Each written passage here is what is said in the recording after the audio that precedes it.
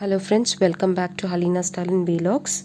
இன்றைக்கி நம்ம தக்காளி ஜாம் எப்படி செய்கிறதுன்னு சொல்லிட்டு பார்க்க போகிறோம். இது ஜென்ரலாக கல்யாண வீட்டில் செய்கிற ஸ்வீட்டு, ரொம்ப டேஸ்டியான ஸ்வீட்டு, ஈஸியாகவும் செஞ்சு முடிச்சிடலாம். இது வரைக்கும் நம்ம சேனலை சப்ஸ்கிரைப் பண்ணாதவங்க சப்ஸ்கிரைப் பண்ணிவிட்டு பக்கத்தில் இருக்க பெல் ஐக்கானை கிளிக் பண்ணிக்கோங்க. அப்போ தான் நான் போடுற வீடியோஸ் எல்லாமே நீங்கள் மிஸ் பண்ணாமல் பார்க்கலாம். இப்போ தக்காளியை வேக வைக்க போகிறோம். அதனால் தண்ணி கொஞ்சம் நல்லா சூடானோடனே தக்காளியை ஆட் பண்ணிக்கோங்க. நான் 5 தக்காளி எடுத்திருக்கேன். தக்காளி நல்லா பழுத்த தக்காளியாக எடுத்துக்கோங்க. இப்போ ஒரு லிட்டை வச்சு க்ளோஸ் பண்ணிவிட்டு ஒரு 10 மினிட்ஸ் அளவுக்கு நல்லா வேக விட்டுக்கோங்க. தக்காளி நல்லா பாயில் ஆயிடுச்சு. இப்போ ஸ்டவ் ஆஃப் பண்ணிடுங்க. தக்காளி கொஞ்சம் ஆறின உடனே அதோட ஸ்கின்னெல்லாம் நல்லா பீல் பண்ணிக்கோங்க. இதை நம்ம மிக்சியில் போட்டு அரைக்க போகிறோம். சப்போஸ் உங்களுக்கு மிக்சியில் அரைக்க வேணாம்னு நினச்சிங்கன்னா நீங்கள் ஒரு ஸ்பூனை வச்சு நல்லா ஸ்மாஷ் பண்ணி எடுத்துக்கோங்க.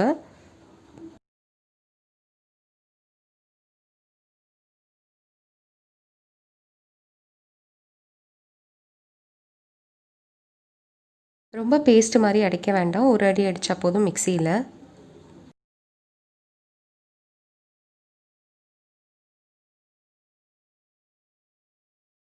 இப்போ கடாயில் ஒரு ஸ்பூன் அளவுக்கு நெய் ஆட் பண்ணிக்கோங்க. கேஷ்யூ வறுத்து எடுக்க போகிறோம். ஒரு 10 கேஷ்யூ அளவுக்கு ஆட் பண்ணியிருக்கேன். அடுத்து டேட்ஸ் ஆட் பண்ணிக்கோங்க. சீட்லெஸ் டேட்ஸ் தான் எடுத்திருக்கேன். ஒரு 6 டேட்ஸ் அளவுக்கு எடுத்திருக்கேன்.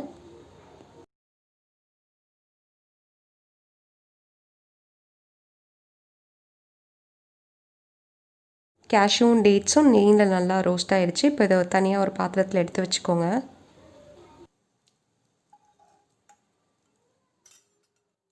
அதே கடாயில் ஒரு ஸ்பூன் அளவுக்கு நெய் ஆட் பண்ணிக்கோங்க. இப்போ நெய்யோடு சேர்த்து நம்ம அரைச்சி வச்சுருந்தோம் இல்லையா தக்காளி, வேக வச்சின தக்காளி, அதை ஆட் பண்ணிக்கோங்க. சீனி ஆட் பண்ணிக்கோங்க. நான் 1 கப் அளவுக்கு சீனி எடுத்திருக்கேன். உங்களுக்கு சீனி நிறைய வேணும் அப்படின்னா இன்னும் கூட நீங்கள் ஆட் பண்ணிக்கலாம். இப்போ சீனி நல்லா கரையிற அளவுக்கு நல்லா மிக்ஸ் பண்ணி விட்டுக்கோங்க.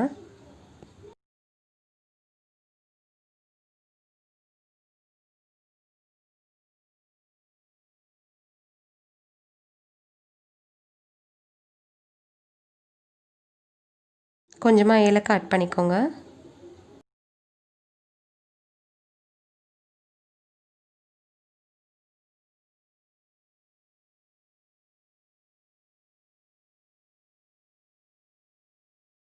நம்ம ஏற்கனவே வறுத்து வச்சுருந்தோம் இல்லையா, நெய்யில் வறுத்து வச்சுருந்த டேட்ஸையும் கேஷ்யூவையும் ஆட் பண்ணிக்கோங்க. நல்லா மிக்ஸ் பண்ணி விட்டுட்டு நல்லா கொஞ்சம் கிளறி விட்டுட்டே இருங்க.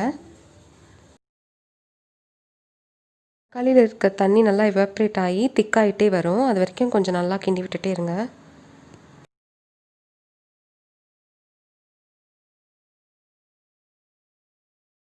கல்யாண வீட்டு தக்காளி ஜாம் ரெடி ஆகிடுச்சு.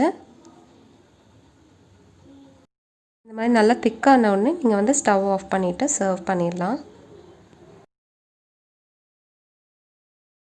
இந்த வீடியோ உங்களுக்கு பிடிச்சிருந்தா நம்ம சேனலை லைக் பண்ணுங்கள், ஷேர் பண்ணுங்கள், சப்ஸ்கிரைப் பண்ணுங்கள். ரெசிபியை ட்ரை பண்ணி பார்த்துட்டு மறக்காமல் கமெண்ட் பண்ணுங்கள். தேங்க்யூ.